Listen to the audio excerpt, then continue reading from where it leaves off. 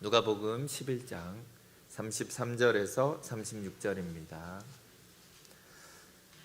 제가 봉독해 드리겠습니다. 누구든지 등불을 켜서 속에나 말 아래에 두지 아니하고 등경 위에 두나니 이는 들어가는 자로 그 빛을 보게 하려 함이라. 내 몸의 등불은 눈이라. 내 눈이 성하면 온 몸이 밝을 것이요 만일 나쁘면 내 몸도 어두우리라. 그러므로 내 속에 있는 빛이 어둡지 아니한가 보라. 내 온 몸이 밝아 조금도 어두운 데가 없으면 등불의 빛이 너를 비출 때와 같이 온전히 밝으리라 하시니라. 아멘. 오늘은 등불을 켜는 이유라는 제목으로 말씀을 나누도록 하겠습니다. 복음서를 읽어보시면 예수님께서 빛과 어두움에 대한 말씀을 여러 곳에서 강조하시는 것을 보게 됩니다. 오늘 말씀도 33절에 가장 중요한 부분이 있습니다.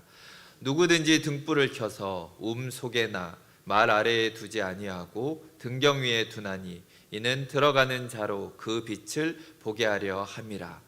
어떻게 생각하면 너무나 당연하고 일반적인 그런 말씀입니다. 음이라는 곳은 깊숙이 파인 굴 같은 그런 장소로 보시면 됩니다. 말은 곡식을 계량하던 그런 통 같은 그런 도구입니다. 사람들이 등불을 켠다면 그렇게 깊숙한 데다가 집어넣거나 뒤집어 씌워놓지 않는다라는 것입니다. 모든 사람이 빛을 잘 볼 수 있도록 그런 곳에다가 이 등불을 놓아두는 것이 정상이다, 이 얘기를 하고 있는 것입니다. 예수님은 종종 주변에서 일어나는 흔한 일들을 사용하셔서 영적인 내용을 쉽게 설명해 주시는 것을 우리는 볼 수가 있습니다. 오늘도 이 등불을 켜는 평범한 이야기를 들으면서 사람들은 이미 알고 있는 경험을 떠올리게 됩니다. 그러면서 구원의 원리가 이런 거구나 이렇게 생각하게 되는 것입니다. 자, 다시 얘기하면은 삶에는 어둠이 있다라는 것입니다. 우리가 살아가는 이 삶 속에는 어둠이 존재하고 있고 그 어둠을 밝게 비추기 위해서는 빛이 필요하다라는 것입니다. 그리고 이 불을 켜는 목적은 사람들이 다 볼 수 있게 하기 위한 것이다. 이 부분을 분명하게 우리에게 보여주고 있습니다. 사실 이 내용이 결국 오늘 말씀하려고 하는 주님의 의도가 다 들어가 있는 것입니다. 자, 먼저 세상에는 어둠 때문에 사람들이 보지 못하는 것이 있다라는 것을 전제 조건으로 얘기를 하고 있습니다. 사람들은 자기가 전혀 보지 못하는 영역이 있다고 믿지 않습니다. 나는 다 알고 있다라고 생각을 하다가 때로는 사기를 당하기도 하고 속기도 합니다. 세상 돌아가는 모든 것을 다 보고 있다, 나는 다 알고 있다라고 생각합니다. 요즘은 안방에 앉아서도 TV를 보고 인터넷을 이렇게 하면서 세상이 이렇게 돌아가는구나, 더 많은 것을 알 수가 있습니다. 하지만 언론도 우리를 속이는 많은 부분들이 있다라는 것을 우리는 항상 기억해야 합니다. 자, 성경이 우리에게 가르쳐 주는 것은 자연인이라면 모든 인간은 쉽게 얘기하면 다 영적으로는 소경이다라는 것을 우리에게 강조하고 있습니다. 자, 사람의 몸속에는 정확히 어디라고 얘기할 수는 없지만 하나님의 영을 느낄 수 있는 부분이 존재하고 있습니다. 그래서 그 부분에 문제가 생기면 영이신 하나님을 전혀 감지하지 못하게 된다라는 것입니다. 예전에 유명했던 드라마 중에 대장금이라고 있습니다. 보신 분들이 많을 것 같은데 어느 날 장금이가 혀의 맛을 잃어버립니다. 그리고 나서 큰 어려움을 당하다가 맛을 찾고서 막 새우젓을 막 분별해내는 그런 장면이 등장을 합니다. 사실 이런 것은 잠시 그냥 그 에피소드로 등장하지만 사람 중에는 정말 유전병으로 맛을 못 느끼는 병을 가진 사람들도 존재합니다. 이것을 미맹이라고 부릅니다. 또한 색깔을 알아보지 못하는 병도 있습니다. 그거를 생맹이라고 우리는 부르고 있습니다. 그래서 생맹이 심한 분들은 운전을 못합니다. 이 빨간 표시와 초록 표시가 헷갈리기 때문에 운전을 하면 큰 어려움이 있다라는 것입니다. 사실 우리가 정상인 사람들도 색깔을 구분하는 건 쉽지가 않습니다. 제가 재작년에 우리 이성주 집사님을 데리고 과수원에 사과를 따러 갔습니다. 열심히 땄습니다. 아침부터 빨간 것만 따라 그래서 그렇지 빨간 것만 따면 되지 해서 신나게 땄는데 점심을 먹고 제가 딴 사과들을 보니까 이것이 빨갛지가 않습니다. 불구스름하면서 초록색이 나는 것이 빨간색이 아니었습니다. 점심을 먹고 배가 부른 다음에 다시 사과나무를 보니까 빨간 게 제대로 보입니다. 내가 오전에 딴 거는 전부 푸르스름한, 아마 이 과수원 주인인 장로님이 보실 때는 화가 나는 그런 애들만 골랐던 것 같습니다. 과수원 주인인 장로님이 그런 얘기를 하십니다. 누가 와도 오전에는 색깔을 구분을 못합니다 얘기를 하세요. 그러다가 점심 정도 지나면 이제 눈이 적응이 돼서 이건 빨갛구나, 이건 초록이구나를 분별할 수 있다라는 것을 저도 경험으로 알게 되었다라는 것입니다. 사실 우리는 불완전한 몸을 가지고 있고, 하지만 그 중에 더 심한 분들은 유전적으로 미맹이나 생맹처럼 질환을 가지고 있다라는 것입니다. 그런데 사람도 이런 유전적인 질병을 가지고 있습니다. 모든 사람이. 결국 최초의 사람 아담이 하나님과 언약하시기를 결국 선악과를 따먹지 말라라고 했는데, 이 창조주에 대한 불순종으로 영의 죽음을 맞이하게 되었다라는 것입니다. 결국 우리의 영이 하나님과 반응하고 느끼고 결국은 이게 통해야 되는 부분이 막혀버리는 영적인 병이 모든 사람들에게 있다라는 것입니다. 아담의 불순종은 어마어마한 반역이었습니다. 예를 들자면 왕이 옆에 버젓이 앉아 있는데 그 왕관을 가져다가 자기 머리에 쓰는 것만큼 어마어마한 일을 아담과 하와는 지금 행한 것을 우리는 기억해야 합니다. 이 반역의 결과는 결국 하나님과 단절됨으로 나타났습니다. 살아서는 하나님을 느끼지 못하고 죽어서는 하나님의 모든 영광과 복으로부터 격리되어서 영원한 고통 속에서 살게 되는 결과를 가지고 온 것입니다. 아담이 말씀에 불순종하고 자기의 목적을 위해 의도적으로 선악과를 먹는 순간 이런 참담한 영적인 죽음이 우리에게 온 것입니다. 죽은 사람은 살아있는 사람을 낳을 수가 없습니다. 또한 죽은 영도 살아있는 영을 낳을 수가 없습니다. 그래서 모든 사람은 하나님께 대한 감각이 죽은 상태로 결국 이 영적인 죽은 상태로 출생하게 되는 것입니다. 이런 본질적인 것을 믿음의 뿌리가 되는 영적인 원리들을 잘 이해하는 게 굉장히 중요합니다. 그래야 내가 누군지를 정확히 알고 대속의 십자가의 복음이 무엇인지를 정확히 우리가 알 수 있기 때문입니다. 우리는 하나님께 대해서 죽은 영으로 태어났기 때문에 이 엄청난 세계를 창조하신 하나님을 알지를 못했습니다. 그래서 생각하기를 우리는 스스로 존재하는 사람인가 보다, 내가 스스로 여기까지 있는 거야 라는 생각을 하고 있었던 것입니다. 하지만 알고 보니까 스스로 있는 분은 하나님 한 분밖에 없다라는 것을 깨닫게 되는 것입니다. 모든 피조물은 스스로 존재하는 것이 아니라 하나님에 의하여 창조되었다라는 것을 알게 되는 것입니다. 영적인 맹인은 사람들이 볼 수 없는 하나님이 없는 줄 안다라는 것입니다. 하나님의 존재 자체를 부인하고 하나님은 없고 나만이 이 땅에 존재한다라는 그런 눈을 가지고 살아가는 것입니다. 예수님은 요한복음 9장에서 이렇게 말하십니다. 주님이 오신 이유가 보지 못하는 사람을 보게 하기 위해서다라고 우리에게 말씀해 주십니다. 사람들이 하나님을 못 보는 맹인이다라는 것을 분명히 우리에게 알려주고 계십니다.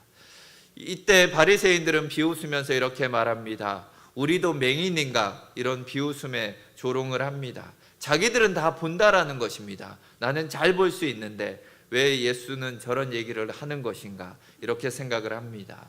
예수님이 이렇게 대답을 하십니다. 예수께서 이르시되 너희가 맹인이 되었더라면 죄가 없으려니와 본다고 하니 너희 죄가 그대로 있느니라. 우리가 먼저 영적인 맹인이라는 것을 인정하는 것이 우리의 눈을 뜰 수 있는 전제 조건이라는 것을 예수님 우리에게 분명히 보여주십니다. 우리 눈에 하나님이 안 보이고 하나님의 통치하시는 영의 세계가 보이지 않는다면 바로 영적인 맹인이라는 유전병에 걸렸다라는 것을 우리는 인정해야 하는 것입니다. 자, 이 인간의 영적 어둠을 밝히는 유일한 빛은 예수님이십니다. 구약 성경에서도 이미 여러 곳에서 하나님의 밝은 빛이 우리의 이 절망적인 영적 어둠으로부터 구원하신다라는 것이 적혀져 있습니다. 시편 80편을 보시면 하나님이여 우리를 돌이키시고 주의 얼굴빛을 비추사 우리로 구원을 얻게 하소서, 이렇게 말하고 있습니다. 하나님의 빛이 우리에게 비춰질 때 우리가 구원을 얻게 된다라는 것입니다. 또한 이사야서 9장 2절을 보시면 흑암에 행하던 백성이 큰 빛을 보고 사망의 그늘진 땅에 거하던 자에게 빛이 비치도다.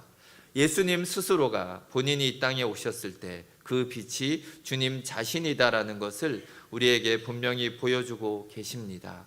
나는 세상의 빛이라 나를 믿는 자는 어둠에 다니지 않으리라. 예수님도 이렇게 말씀을 해 주셨습니다. 그래서 사람이 해야 하는 유일한 복된 선택은 예수님이 내 어둠을 밝혀주는 빛이 되신다라는 것을 깨닫고 이 예수님을 우리가 믿는 것입니다.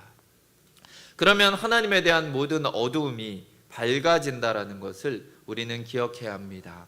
하나님에 대해서, 또한 죄와 구원을 위해 오신 예수님에 대해서 우리의 영적인 눈이 보이기 시작한다라는 것입니다. 우리 중에 아무도 하나님을 본 사람은 없습니다. 예수님을 본 적도 없고 천국을 본 사람도 없습니다. 그렇지만 이 모든 것이 마치 눈으로 본 것처럼 믿어지고 어딘가에 있는 영을 통해서 감지가 되고 있는 것이 우리들의 모습입니다. 그래서 하나님이 없다, 사람이 죽으면 끝이다라는 생각이 우리 안에서는 사라진다라는 것입니다. 내일 무슨 일이 일어날지도 모르지만 내일이 그렇게 암흑처럼 무섭고 두렵게 느껴지지는 않는다라는 것입니다. 왜냐하면 예수님이 말씀하신 것처럼 우리는 더 이상 어둠 속에 걸어 다니고 있지 않기 때문입니다. 당장 길이 안 보이고 미래가 불투명하고 이럴지라도 우리는 혼자 있다라는 생각이 들지 않는다라는 것입니다. 우리 안에는 주님이 주시는 평안과 미래에 대한, 영원한 나라에 대한 소망이 언제나 우리 안에 있기 때문입니다. 사망이 아무리 우리를 공격해도 죽음이 우리를 절망으로 넣어 놓을 수가 없다라는 것을 우리는 기억해야 합니다. 내일에 대한 염려와 또 진로에 대한 고민들, 삶의 여러 가지 고충들로 마음이 어두워질 때 우리는 다시 빛 가운데로 환하게 주님이 이끌어 주시기를 기도하면서 나아가길 바랍니다. 미가서 7장 8절은 이렇게 말합니다. 나의 대적이여 나로 인하여 기뻐하지 말지어다. 나는 엎드러질지라도 일어날 것이요 어두운 데 앉을지라도 여호와께서 나의 빛이 되실 것이로다. 예수님이 우리에게 영원한 빛을 주셨을 뿐 아니라 매일 엄습하는 어둠을 이길 환한 빛을 우리에게 언제나 비춰주고 계시다라는 것을 우리는 기억하기를 바랍니다. 자, 예수님이 이 구원의 빛을 모든 사람에게 비춰주셨지만 선택은 각자의 몫이라는 것입니다. 34절 말씀을 보시면 사실 무슨 뜻인지 정확하게 이해하는 것이 어렵습니다.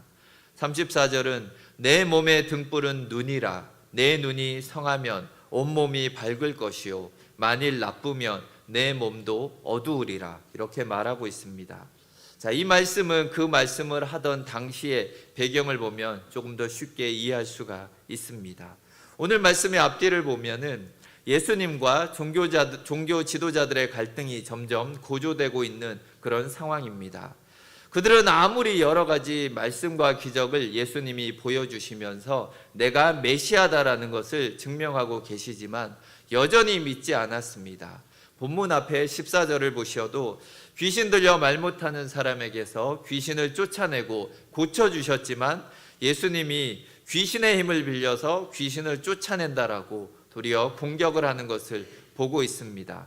그러면서 계속 이들은 예수님이 너가 메시아라면 증거를 대라, 표적을 보여달라고 계속해서 몰아붙이고 있는 상황입니다.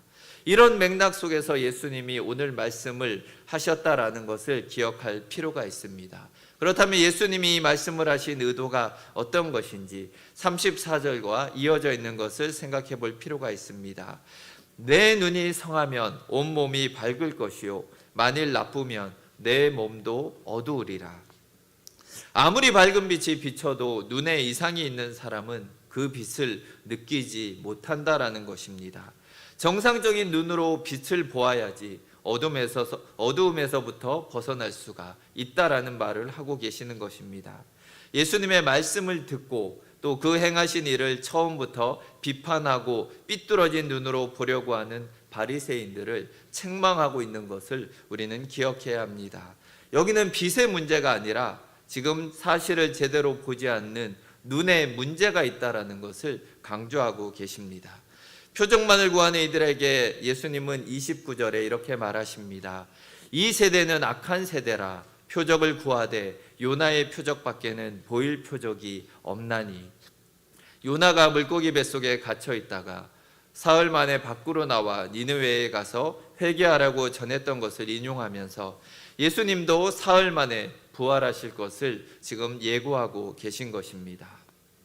그런데 그 니느웨 사람들이 너희를 심판할 거라고 말하고 계십니다. 왜냐하면 그들은 요나의 전도를 듣고 회개하였지만 너희는 내가 부활해도 믿지 않을 것이기 때문이다라는 엄중한 예언을 지금 하고 계십니다. 주님의 예고하신 대로 이스라엘 사람 대다수가 예수님의 부활을 믿지 않았습니다. 우리는 한 가지 의문을 가집니다. 지금 예수님과 대립하고 있는 이 바리새인과 서기관들은 성경 교사들입니다.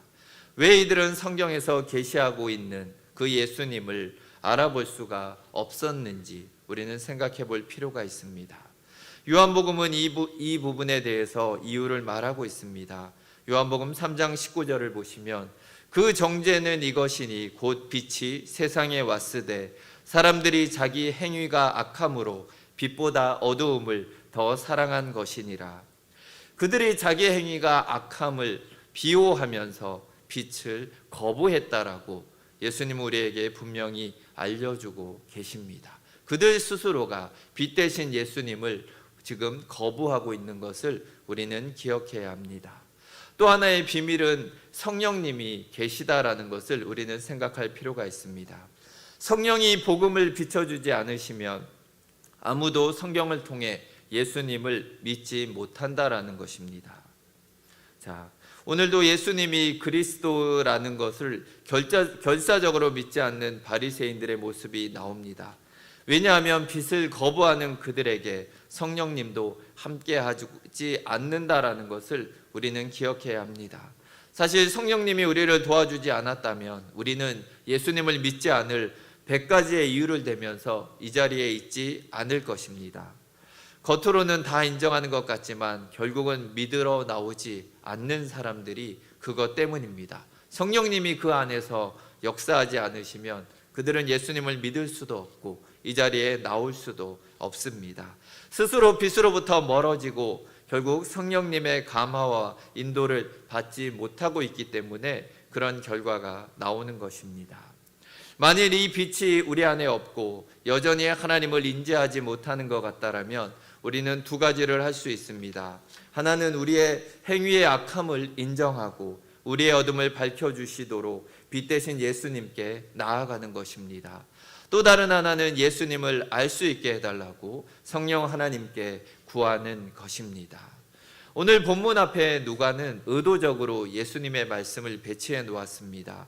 기도에 대한 주님의 강론을 적어놓고 있습니다. 13절을 보시면 너희가 악할지라도 좋은 것을 자식에게 줄 줄 알거든 하물며 너희 하늘 아버지께서 구하는 자에게 성령을 주시지 않겠느냐 하시니라. 만일 우리가 복음을 들을 때 눈을 돌리지 않고 겸손히 그 빛을 구한다면 하나님 아버지께서는 기쁘게 그 성령 하나님을 우리에게 보내주신다라는 것을 약속하고 있습니다. 마지막으로 우리는 그 빛을 받고 나서 우리 스스로 그 빛 가운데 거하고 있는지 언제나 점검해야 된다라고 본문은 우리에게 말하고 있습니다. 35절을 보시면 그러므로 내 속에 있는 빛이 어둡지 아니한가 보라. 내 온몸이 밝아 조금도 어두운 데가 없으면 등불의 빛이 너를 비출 때와 같이 온전히 밝으리라 하시니라. 빛을 지닌 몸은 밝고 빛이 없는 몸은 어둡습니다. 이것은 눈에 보일 것 같지 않은 영적인 빛일지 모르지만 그것이 반드시 겉으로 드러난다라는 것입니다.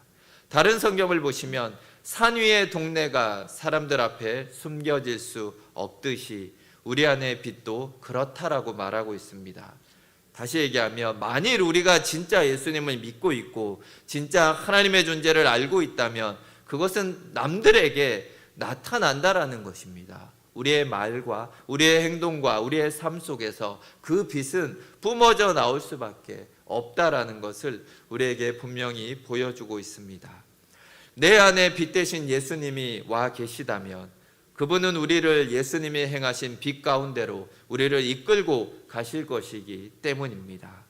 예수님과 같은 관대함과 정의로움과 용기와 겸손과 사랑과 하나님을 향한 헌신들을 감출 수 없고 우리가 그것이 삶 속에서 드러날 수밖에 없다라는 것을 예수님 우리에게 말씀하고 계시는 것입니다. 그래서 우리에게 이 빛이 점점 밝아지는지 아니면 도리어 어두워지는지 잘 살펴보고 점검하라라고 우리에게 말하고 계십니다. 왜냐하면 이 빛이 계속해서 비춰져야만 우리에게 주신 이 빛으로 다른 사람을 비출 수 있는 주님이 주신 그 사명을 우리가 감당할 수 있기 때문이라는 것입니다. 예수님이 그러신 것처럼 신자들도 똑같이 이 역할들을 감당해야 합니다. 누구든지 등불을 켜서 등경 위에 두나니 이는 들어가는 자로 그 빛을 보게 하려 함이라. 우리 영에 불을 켜놓으신 것은 누군가 우리 안에 있는 이 영적인 빛을 보게 하기 위해서 하나님 우리에게 이 빛을 주셨습니다. 우리가 어떻게 복음을 듣고 예수님을 믿고 구원을 받게 되었습니까? 반드시 누군가 전해준 사람이 있었습니다. 우리는 그 사람의 그 빛을 보고 우리 안에도 예수 그리스도를 영접하고 그 빛을 얻게 되었던 것을 기억해야 합니다. 오늘 예수님의 말씀을 듣고 이 빛을 비추려고 복음에 헌신한 성도들이 있었기 때문에 우리가 이 자리까지 올 수 있었던 것을 기억해야 합니다. 예수님은 이 빛이 우리의 세대에서 끝나는 것이 아니라 계속해서 다음 세대로 더 많은 사람들에게 비춰지기를 간절히 원하십니다. 자, 말씀을 정리합니다. 우리가 육신에 매여서 살아가는 관심사는 두 가지밖에 없습니다. 어떻게 하면 이 세상에서 잘 살 수 있을까? 또 하나는 어떻게 하면 이 무겁고 힘든 문제를 좀 벗어날 수 있을까? 이 힘겨운 문제에서 벗어날 수만 있다면 결국 우리의 관심사는 하나밖에 없습니다. 이 세상에서 어떻게 잘 먹고 잘 살까? 세상 사람들은 이 생각만 하면서 살아갑니다. 하지만 이것이 인생에서 가장 중요한 것이라고 성경은 단 한 번도 말한 적이 없습니다. 가장 중요한 것은 영원한 것은 구원을 받고 영생을 누리는 것에 비한다라면 방금 앞에서 얘기한 잘 먹고 잘 사는 것은 아주 작은 것에 불과하다라고 성경은 우리에게 말해주고 있습니다. 성경은 우리에게 이런 것들은 우리가 성실하게 하나님 앞에 맡겨진 사명을 잘 감당한다라면 알아서 하나님이 주신다라고 약속해 주신 부분입니다. 하나님은 자신의 자녀들에게 우리들의 생각보다 우리의 계획보다 더 좋은 계획들을 가지고 계시다라는 것을 우리는 기억해야 합니다.